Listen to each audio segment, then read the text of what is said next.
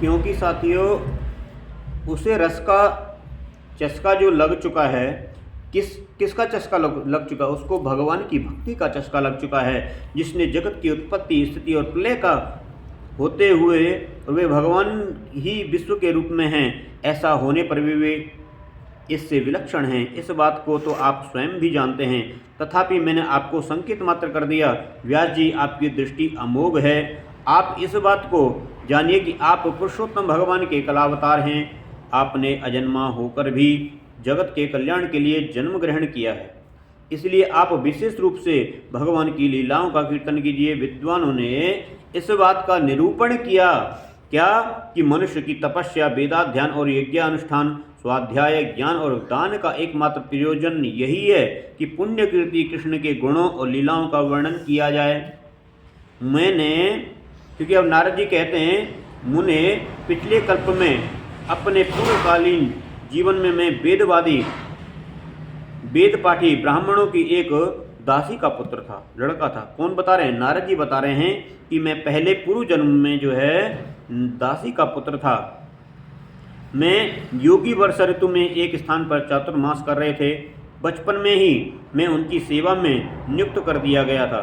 मैं यद्यपि बालक था, फिर भी किसी प्रकार की चंचलता नहीं करता था, जितेंद्रिय था, खेल कूद से दूर रहता था, अज्ञान के अनुसार उनकी सेवा करता था, जो भी मेरे से बनता था उनकी सेवा पूजा करता था। मैं बोलता भी बहुत कम था। मेरे जीवन में शील स्वभाव को देख करके समदर्शी मुनियों ने मुझ सेवक पर अत्यंत अनुग्रह किया।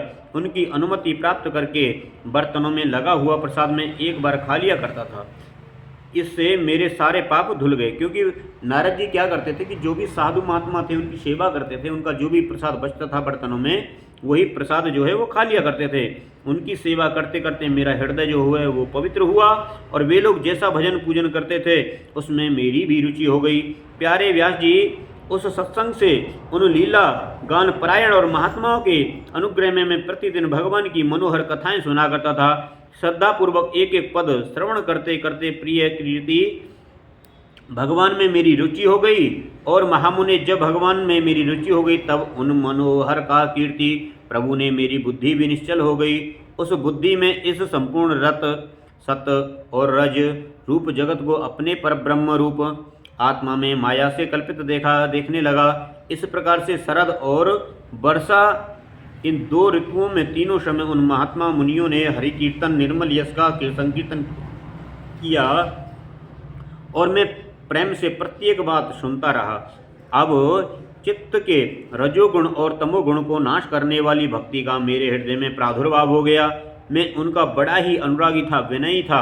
मैं उन लोगों की सेवा से मेरे पाप नष्ट हो चुके थे। मेरे हृदय में श्रद्धा थी, इंद्रियों में संयम था, एवं शरीर, वाणी और मन से मैं उनका आज्ञाकारी था। मैं उन दीनवत्सल महात्माओं ने जाते समय कृपा करके मुझे उस गुह्यतम ज्ञान का उपदेश किया, जिसका उपदेश स्वयं भगवान ने अपने मुख से किया है। उस उपदेश से ही जगत के निर्माता भगवान श्री कृष्ण की माया के प्रादुर्भाव को मैं जान सका, जिसके जान लेने से उनके परम पद की प्राप्ति हो जा सके। क्योंकि मैंने सोचा कि क्यों न भगवान के परम पद की प्राप्ति हो सके उस माया को जान करके। सत्य संकल्प प्रयास जी, पुरुषोत्तम भगवान कृष्ण के प्रति समस्त कर्मों को समर्पित कर देना ही संसार के तीनों तापों की एकमात्र औषधि है। ये बात मैंने आपको बतला दी। प्राणियों को जिस पदार्थ के सेवन से जो रोग हो जाता है, वही पदार्थ चिकित्सा विधि के अनुसार प्रयोग करने पर क्या उस रोग को दूर नहीं किया करता। इसी प्रकार से यद्यपि सभी कर्म मनुष्यों को जन्म मृत्यु रूप संसार के चक्र में डालने वाले हैं, तथापि जब वे भगवान को समर्पित कर दिए जाते हैं तब उनका कर्मपना ही नष्ट हो जाता है।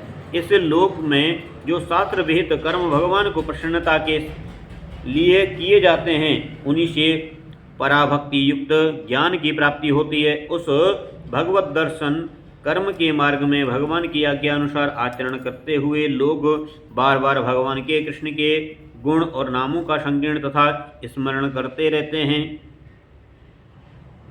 प्रभु, आप भगवान वासुदेव को नमस्कार है।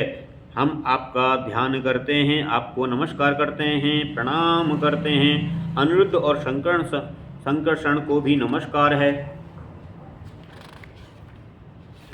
कि आप सभी को नमस्कार है।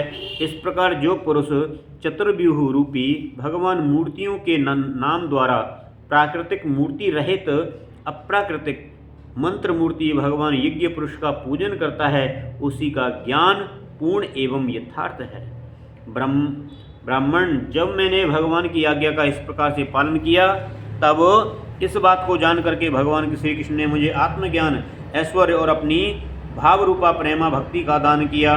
व्यास जी, आपका ज्ञान पूर्ण है, आप भगवान की ही कीर्ति का, उनकी प्रेममय लीला का वर्णन कीजिए।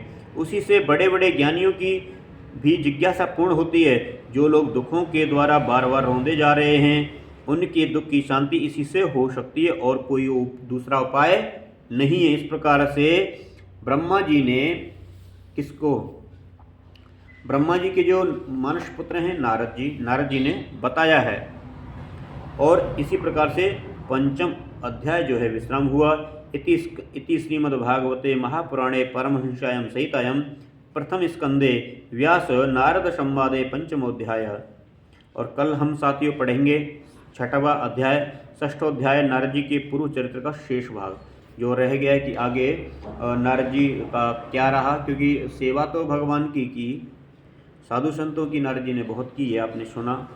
वो दासी के पुत्र थे, उन्होंने किस प्रकार से साधु महात्माओं की सेवा की, कहाँ से एक दासी का पुत्र स्वयं नारद बना है, ये पूरा वृत्तांत आप इस छठवें अध्याय में सुनेंगे साथियों। आइए भगवान को प्रणाम करें, नमस्कार करें। कृष्णाय वासुदेवाय हरे परमात्मने प्रणतः क्लेशनाशाय गोविंदाय नमो नमः। हे कृष्ण करुणा सिंधु दीनबंधु जगत्पते गोपेश गोपिका कांत श्री राधा कांत नमोस्तुते। आइए भगवान के नाम जय घोष के साथ और हल्का सा कीर्तन के साथ में अपनी वाणी को यहीं पर विश्राम करते हैं। और जय जय राधे राधे गोविंद गोविंद राधे, जय राधे राधे गोविंद गोविंद राधे, गोविंद राधे गोपाल राधे, गोविंद राधे गोपाल राधे, जय राधे जय राधे जय राधे राधे गोविंद गोविंद राधे, जय राधे राधे गोविंद गोविंद राधे, गोविंद राधे गोपाल राधे, गोविंद राधे गोपाल राधे, जय राधे राधे गोविंद गोविंद राधे, श्री राधे राधे गोविंद गोविंद राधे, गोविंद राधे गोपाल राधे, गोविंद राधे गोपाल राधे, हे राधे राधे राधे राधे राधे राधे गोविंद गोविंद राधे, जय राधे राधे गोविंद गोविंद राधे।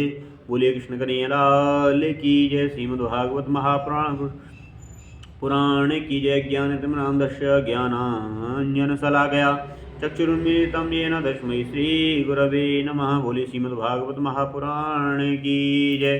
कृष्ण कन्हैया लाल की जय। जय जय श्री राधे श्याम।